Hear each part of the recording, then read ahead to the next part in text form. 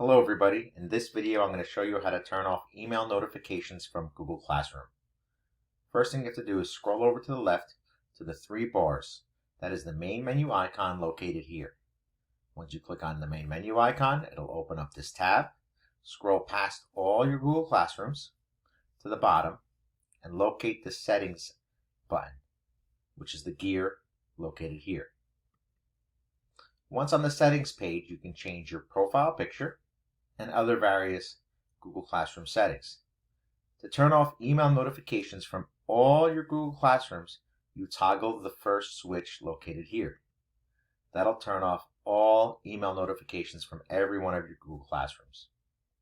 If you don't want to turn off all notifications, you can be selective about the type of notifications you wish to receive.